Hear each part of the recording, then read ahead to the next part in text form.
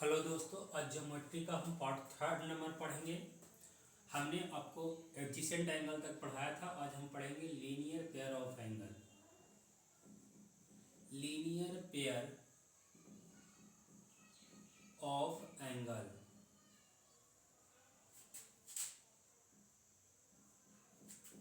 इसे रैखिक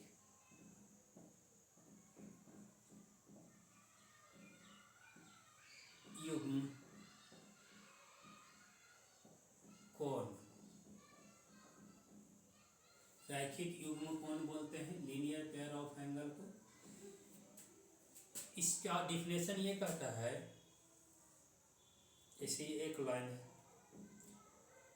ये ओ पर एक ओ ए लाइन है, एक ओ बी लाइन है, ये दोनों इस पॉइंट पर मिल रही है, और एक तीसरी लाइन ओ सी है, इस पॉइंट पर आकर के मिलती है। तो ऐसे दो आसन्न कोण, ऐसे दो आसन्न कोण, इसको लिखिएगा ऐसे दो आसन्न कोण, आसन्न कोण जिनकी अउभयनिष्ठ भुजा, ऐसे दो आसन्न कोण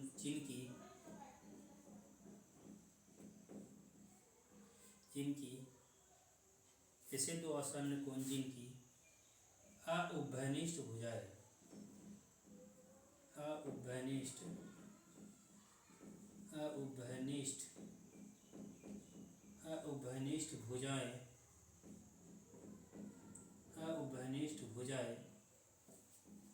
अउभयनिष्ठ भुजाएं,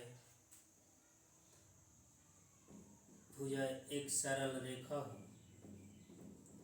एक सरल रेखा हो, एक सरल रेखा हो, ऐसे दो आसन्न कोण जिनकी अउभयनिष्ठ भुजाएं एक सरल रेखा हो तो इस प्रकार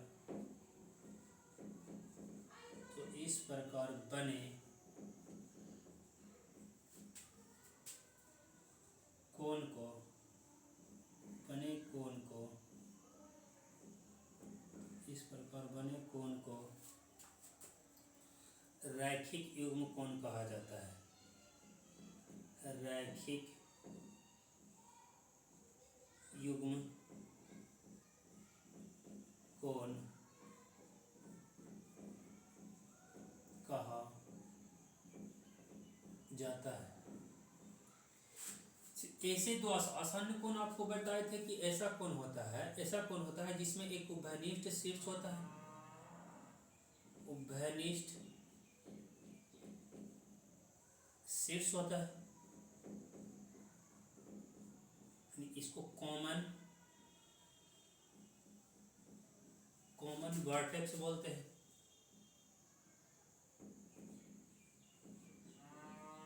इसको कॉमन वर्टेक्स बोलते हैं।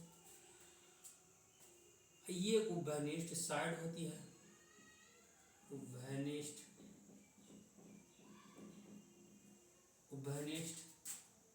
भुजा होती है, इसे कॉमन साइड बोला जाता है, कॉमन साइड बोला जाता है। और जो अउभयनिष्ठ भुजा है वो विपरीत ओर होती है, उभयनिष्ठ भुजा के विपरीत ओर। जैसे ये वाला एगो इधर है तो एक दूसरा इधर है, यानी अउभयनिष्ठ भुजा है, तो ये आसन्न कोण बन जाता था। लेकिन ऐसे आसन्न कोण जिसमें अउभयनिष्ठ भुजा एक क्या की हो जाए, एक सीधी रेखा हो जाए, तो ऐसे कोण से जो बनते हैं उसे रैखिक युग्म कोण कहते हैं। तो यहाँ एक बात आप ध्यान रखिएगा कि angle AOC plus angle BOC का जो मान होता है वो 180 डिग्री होता है। एंगल AOC, जिसे मान लिया जाए ये थीटा है, ये अल्फा है, तो थीटा प्लस अल्फा का जो मान होगा वह हमेशा 180 डिग्री होगा। थीटा प्लस अल्फा का मान कितना होगा, 180 डिग्री होगा। अब आ जाते हैं कुछ लाइन के बारे में पढ़ लेते हैं।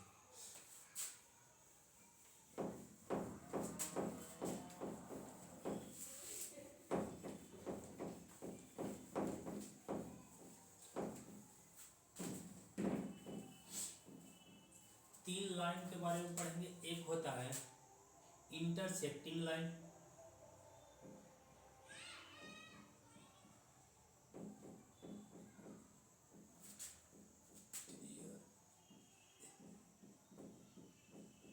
इंटरसेक्टिंग लाइन, प्रतिच्छेदी रेखा,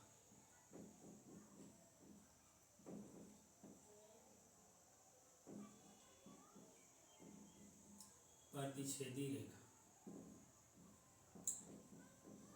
ये क्या होती है इंटरसेक्टिंग लाइन? जब दो या दो से अधिक रेखाओं का कटान बिंदु एक ही होता है ना, तो प्रतिच्छेदी रेखा कहा जाता है। जैसे मान लिया जाए ये एक रेखा है और एक रेखा ये है, तो इन दोनों रेखाओं, जैसे एक मान लिया जाए ए बी रेखा है, एक सी डी रेखा, इन दोनों रेखाओं को प्रतिच्छेदी रेखा बोला जाएगा। जब दो या दो से, लिख लीजिए, जब दो या दो से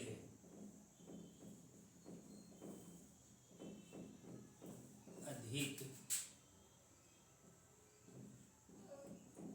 रेखाओं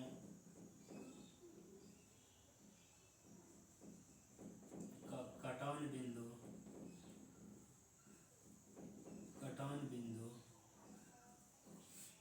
एक ही हो,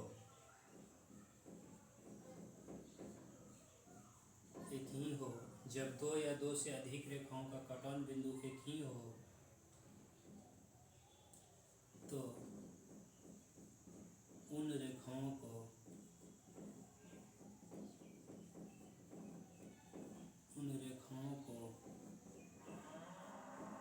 प्रतिच्छेदी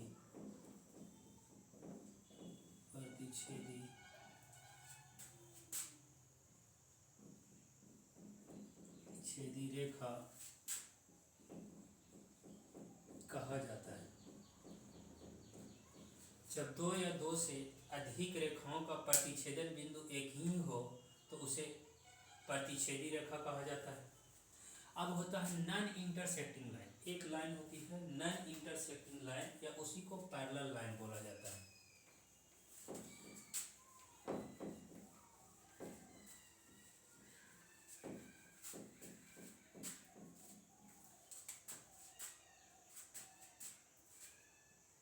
एक होती है नॉन इंटरसेक्टिंग लाइन, नॉन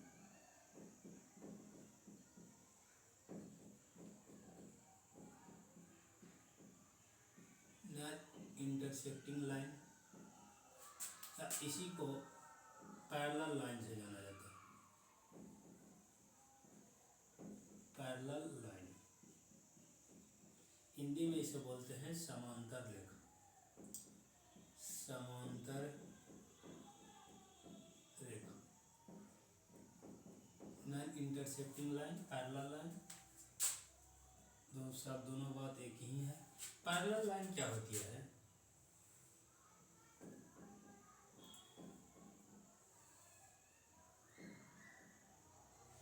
जब दो या दो से, जैसे मान लिया जाए ये एक ए बी रेखा है, एक सी डी रेखा है,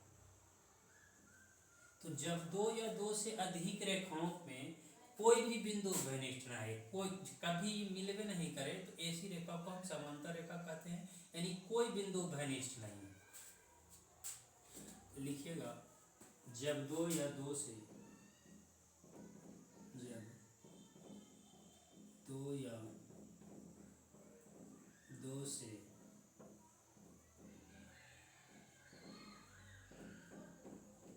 अधिक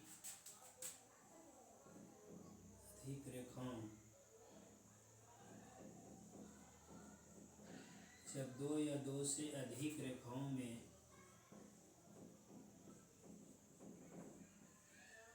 कोई बिंदु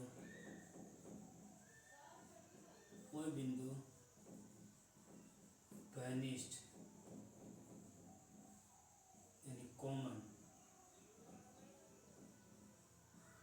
न हो, जब दो या दो से अधिक रेखाओं में कोई बिंदु घनिष्ठ न हो, वैसे इन दोनों कभी मिलवे नहीं करेगा तो कुछ कॉमन ऐसे नहीं करेगा। तो ऐसी रेखाओं को समांतर रेखा कहा जाता है। समांतर रेखाओं में एक कंसेप्ट और होती है कि समांतर रेखाओं के बीच का जो परपेंडिकुलर डिस्टेंस है ना, वो हमेशा बराबर होता है। हर एक बिंदु पर समांतर रेखाओं का जो परपेंडिकुलर डिस्टेंस है वो इक्वल होता है।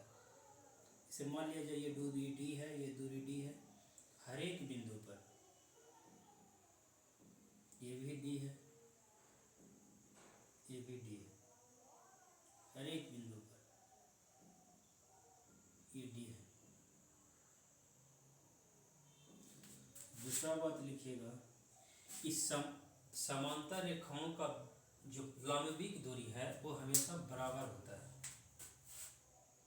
समांतर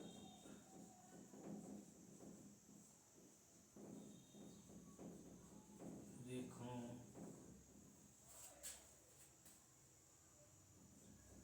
के बीच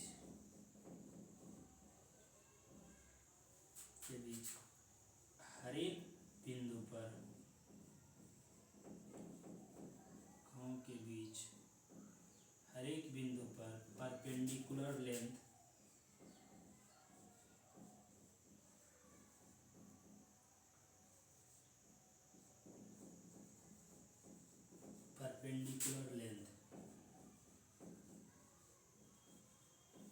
समांतर रेखाओं के बीच हर एक बिंदु पर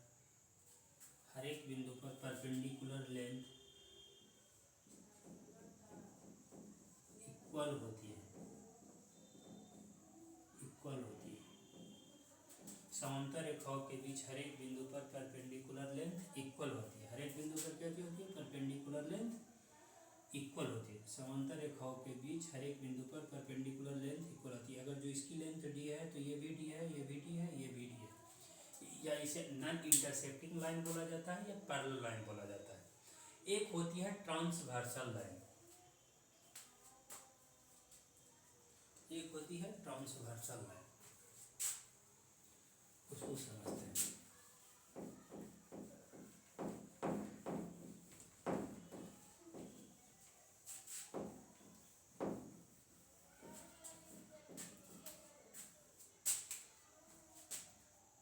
अगला समझते हैं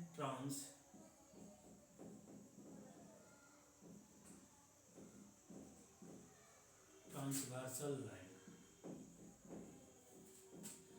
इसे बोलते हैं तिर्यक रेखा। ट्रांसवर्सल लाइन, तिर्यक रेखा। ये क्या होती है? जब दो या दो से अधिक रेखाओं को भिन्न भिन्न बिंदुओं पर यानी अलग अलग बिंदुओं पर जो रेखा प्रतिच्छेद करती है उसी को ट्रांसवर्सल लाइन कहते हैं। जिसे मान लिया जाए ये कोई लाइन है,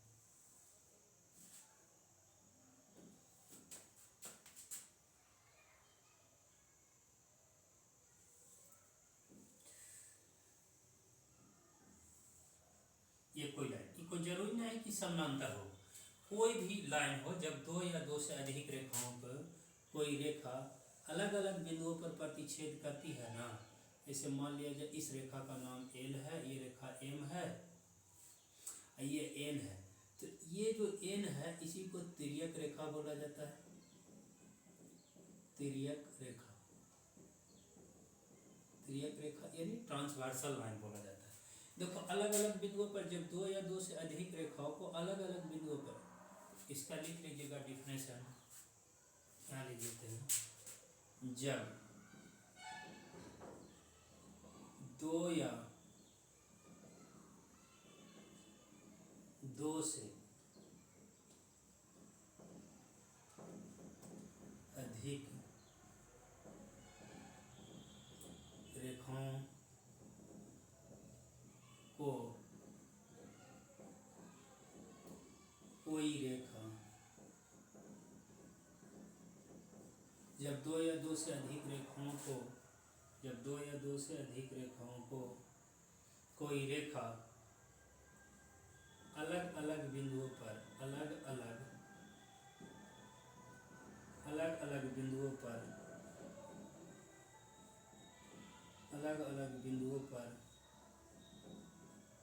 पर प्रतिच्छेद करती है बिंदुओं पर प्रतिच्छेद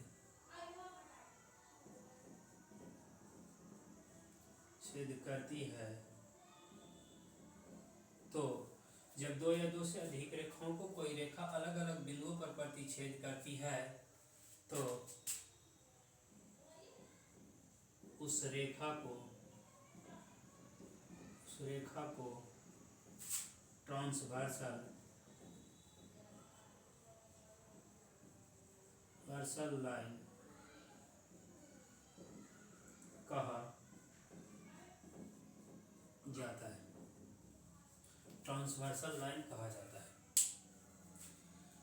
अब आते हैं पैरेलल लाइन का कंसेप्ट पर। इन सारे के बारे में बस इतना ही डिफिनेशन जानना है, अब आगे कुछ नहीं जानना है, बस इतना ही होता है।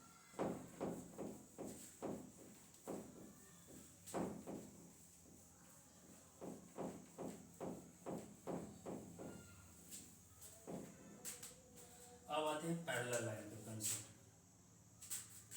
हेडिंग दीजिए पैरेलल लाइन, या उसी को नॉन इंटरसेक्टिंग लाइन बोला जाता है। पैरेलल लाइन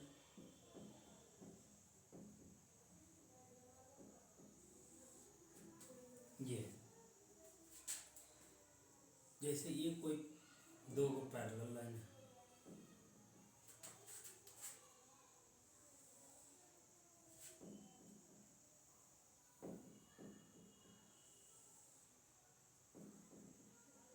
समझिएगा कि पैरेलल है। इस रेखा का नाम कोई एल है, ये एम है, ये एन कोई इसको दो रेखा ट्रांसवर्सल कर रहा है। एक को पैरेलल को ट्रांसवर्सल लाइन, पैरेलल को भी या नन कोई लाइन को भी इंटरसेक्ट कर रही है। ये वाला को मान देते हैं कि एन कोई एक लाइन है। तो इस प्रकार से आप देख रहे होंगे कि जब पैरेलल लाइन को कोई ट्रांसवर्सल लाइन प्रतिच्छेद करती है तो दो बिंदु पर प्रतिच्छेद करी। तो इस प्रकार से कुछ कोण बनते हैं। कितने कोण बनते हैं? 1 2 3 4 5 6 7 8 एंगल बनते हैं।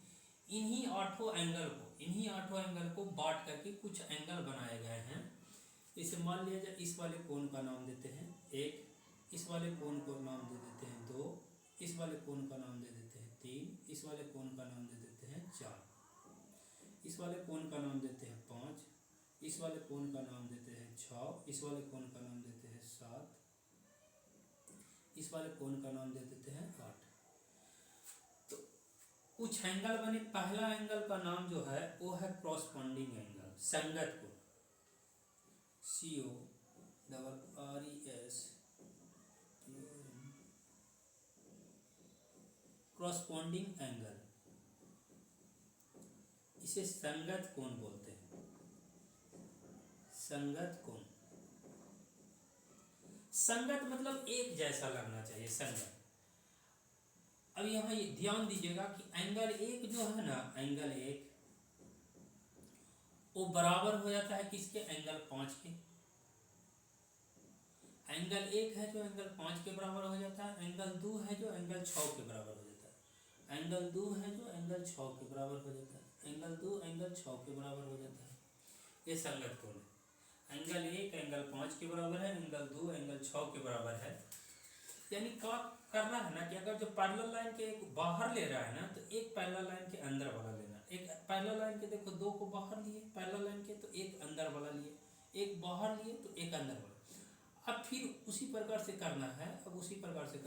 कि अगर जो अब अंदर वाला लीजिएगा ना, अब अंदर वाला एंगल 3 अगर जो लेते हैं तो ये हमेशा बराबर हो जाएगा एंगल 7 के, यानी ये एक जैसे होंगे, यानी एक जैसा देखने में लगेगा। तो एंगल 3 एंगल 7 के बराबर होगा, और एंगल 5 एंगल 4 जो होंगे, एंगल 4 किसके बराबर होंगे? एंगल 8 के बराबर होंगे। एंगल 4 एंगल 8 के बराबर होंगे। एंगल 4 एंगल 8 के, तो ये चारों एंगल क्रॉसपॉन्डिंग एंगल कहलाते हैं। ये आपस में बराबर होते हैं। अब आते हैं दूसरा angle, alternative interior angle.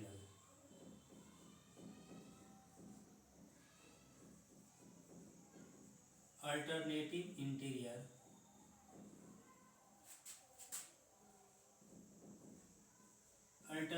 Interior angle, यानी एकांतर, हिंदी में इसे बोलते हैं एकांतर एकांतर अंतः एकांतर अंतः। एकांतर मतलब होता है अंदर से एकांतर होना चाहिए, अंदर से एकांतर, यानी एंगल 4 का एकांतर कौन सा है? एंगल 4 का एकांतर, एंगल 4 का एकांतर कौन सा है? एंगल 6। एंगल 4 का एकांतर एंगल 6 है। एंगल 3 का एकांतर एंगल 5 है। एंगल 3 का एकांतर एंगल 5 है। एंगल 3 का एकांतर एंगल 5। ये आपस में बराबर होते हैं। क्यों होते हैं आप यहाँ से देख सकते हैं। एंगल 1 एंगल 3 के बराबर है। एंगल 1 एंगल 3 के बराबर है। आप पढ़े होंगे वर्टिकली अपोजिट एंगल होता है। एंगल 1 एंगल 3 के बराबर है, वर्टिकली अपोजिट एंगल होता है। और आप एंगल देख रहे हैं कि एंगल 3 है जो एंगल 5 के बराबर है। एंगल 3 एंगल 5 के बराबर है। आप ऐसे कीजिए कि एंगल 1 जो है एंगल 3 के बराबर है। एंगल 1 एंगल 3 के बराबर है और एंगल 1 जो है एंगल 5 के बराबर है। तो बताइए एंगल 1 3 एंगल 5 के बराबर नहीं आ गया? उसी प्रकार से आप एंगल 4 को 6 को दे सकते हैं, 4 और 6 को। अब देखिए 2 है जो 4 के बराबर है। 2 है जो 4 के बराबर है, कौन से शीर्षाभिमुख कौन से? 2 है जो 4 के बराबर है। 2 है जो 4 के बराबर है, लेकिन 2 है जो 4 के बराबर है, लेकिन 2 है जो किसके बराबर है? 6 के। संगत को 2 है जो 6 के बराबर है। 2 है जो 6 के बराबर है, तो यानी 4 6 के बराबर भी आ गए। तो ऐसे प्रूव कर सकते हैं। अब आते हैं एक अल्टरनेटिव, ये इंटीरियर एंगल हो गया। तीसरा होता है alternative exterior angle.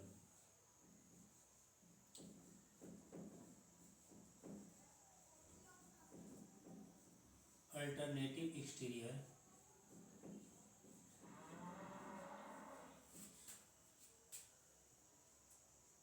Alternative exterior angle. Alternative exterior angle क्या होता है? ये होता है अल्टरनेटिव एक्सटीरियर एंगल, यानी बाहर से, यानी एंगल 1 का मान एंगल 7 के बराबर होगा। एंगल 1 का मान कितना होगा? एंगल 7 के। एंगल 1 है जो एंगल 7 के बराबर होगा। एंगल 1 एंगल 7 के बराबर होगा और एंगल 2 है जो एंगल 8 के बराबर होगा। एंगल 2 एंगल 8 के बराबर होगा। एंगल 2 एंगल 8 के। अब कैसे होगा देख लीजिए। आपको 1 और 7 के बराबर, ये 1 है, ये 7। अभी पता है एंगल 1 है तो एंगल 3 के बराबर होता है। किससे? शीर्षाभिमुख कौन से? वर्टिकली अपोजिट एंगल, यानी एंगल 1 का मान एंगल 3 के बराबर है। अभी बताए थे एंगल 3 का मान एंगल 7 के बराबर है। एंगल 3 का मान एंगल 7 के बराबर है, तो बताइए एंगल 1 का मान एंगल 7 के बराबर नहीं आ गया? एंगल 1 का मान एंगल 7 के बराबर आ गया। ये हो गया। अब आपको 2 बराबर 8 दिखाना है। देखो 2 बराबर 8, 2 का मान 4 के बराबर है। 2 का मान 4 के बराबर है। 2 का मान 4 के बराबर है जी। वर्टिकली अपोजिट एंगल से, वर्टिकली अपोजिट है। और 4 का मान एंगल 8 के बराबर है। 4 का मान एंगल 8 के बराबर है, तो बताइए एंगल 4 का मान एंगल 8 के बराबर है। इसका मतलब एंगल 2 है जो एंगल 4 जो है एंगल 8 के बराबर है। एंगल 2 है जो जी एंगल 2 8 के बराबर है। एंगल 2 8 के बराबर, इसका मतलब ये भी आ गया एंगल 2 8 के बराबर। एंगल 2 8 के बराबर, तो अल्टरनेटिव एक्सटीरियर एंगल इसको बोलते हैं। अब आ जाते हैं 3 एंगल हो। अब एक और एंगल होते हैं, उसको देख लीजिए। उसको बोलते हैं इंटीरियर एंगल या एलाइड एंगल बोला जाता है, को इंटीरियर एंगल बोला जाता है। 3 हो गए। चौथा एंगल को इंटीरियर एंगल। चौथा को यहाँ लिख देते हैं, को इंटीरियर। को इंटीरियर एंगल, को इंटीरियर एंगल या इसी को इंटीरियर एंगल भी बोला जाता है। Interior angle. इसमें क्या होता है ना कि जब दो समांतर रेखाओं को कोई तिर्यक रेखा प्रतिच्छेद करती है, तो तिर्यक रेखा के एक ही ओर बने अंतःकोणों का योग 180 डिग्री होता है। तिर्यक रेखा के बने एक ही ओर बने अंतःकोणों का योग कितना होता है? 180 डिग्री। तो बताइए ये वाला और ये वाला तिर्यक रेखा के एक ही ओर है, तो एंगल 4 प्लस एंगल 5 का मान कितना होगा? 180 डिग्री होगा। एंगल 4 प्लस 1, और ये भी तो तिर्यक रेखा के एक ही ओर बन रहा है, तो इनका योग जो होता है ना, इनका योग ये कितना होता है? 180 डिग्री होता है। इसका योग 180 डिग्री, इसका योग भी 180 डिग्री होता है। इसका योग 180 डिग्री होता है, इसका योग 180 डिग्री होता है। तो अब एंगल 3 अब प्लस एंगल 6 का मान 180 डिग्री लिख लीजिएगा। एंगल 3 प्लस एंगल 6 का मान 180 डिग्री होता है। एंगल 3 प्लस एंगल, अब कैसे होता है देख लीजिए। एंगल 4 प्लस एंगल, आप जानते हैं कि एक रेखा है, ये एल एक रेखा है। एंगल 1 प्लस एंगल 4 का मान, एंगल 1 प्लस एंगल 4 का मान 180 डिग्री होगा, क्योंकि ये रेखा है। एन एक रेखा है, इस पर ये आरोपित है, तो एंगल 1 प्लस एंगल 4 का मान 180 डिग्री होगा। इसमें तो कोई दो मत नहीं है। एंगल 1 प्लस एंगल 4 का मान 180 डिग्री होगा। अभी आपको बताए थे एंगल 1 का मान है, जो एंगल 1 का मान किसके बराबर है? एंगल 5 के। तो बताइए एंगल 1 का मान एंगल 5 के बराबर है, यानी एंगल 5 प्लस एंगल 4 की वैल्यू कितना आ जाएगा? 180 डिग्री आ जाएगा। एंगल 4 प्लस एंगल 5 का मान 180 डिग्री। ठीक उसी प्रकार से एंगल 3 का मान एंगल 6 के बराबर, एंगल 3 प्लस 6 प्रूफ कर सकते हैं कि 180 डिग्री होगा। कैसे? देखिए एंगल 2 प्लस एंगल 3, देखिए ये एक रेखा है, एन एक रेखा है, एंगल एन एक रेखा है। एंगल 2 प्लस एंगल 3 का मान, एंगल 2 प्लस एंगल 3 का मान कितना होगा? 180 डिग्री होगा। एंगल 2 प्लस एंगल 3 का मान 180 डिग्री होगा। एंगल 2 प्लस एंगल 3 का मान 180 डिग्री होगा। और 2 जो है 6 के बराबर है, 2 का मान 6 के बराबर है, 2 का मान 6 के बराबर है क्रॉसपॉन्डिंग एंगल से। तो बताइए 6 प्लस एंगल 3 का जो मान है वो 180 डिग्री नहीं आ जाएगा? तो ये भी बात प्रूफ हो गई कि एंगल 6 प्लस एंगल 3 का मान कितना आ गया जी? 180 डिग्री आ गया। एंगल 6 प्लस एंगल 3 का मान 180 डिग्री आ गया। तो ये 4 एंगल थे कि जब दो समांतर रेखाओं को कोई तिर्यक रेखा काटती है तो कोई इंटीरियर एंगल बराबर होती है। थैंक यू दोस्तों, आज तक के लिए इतना ही।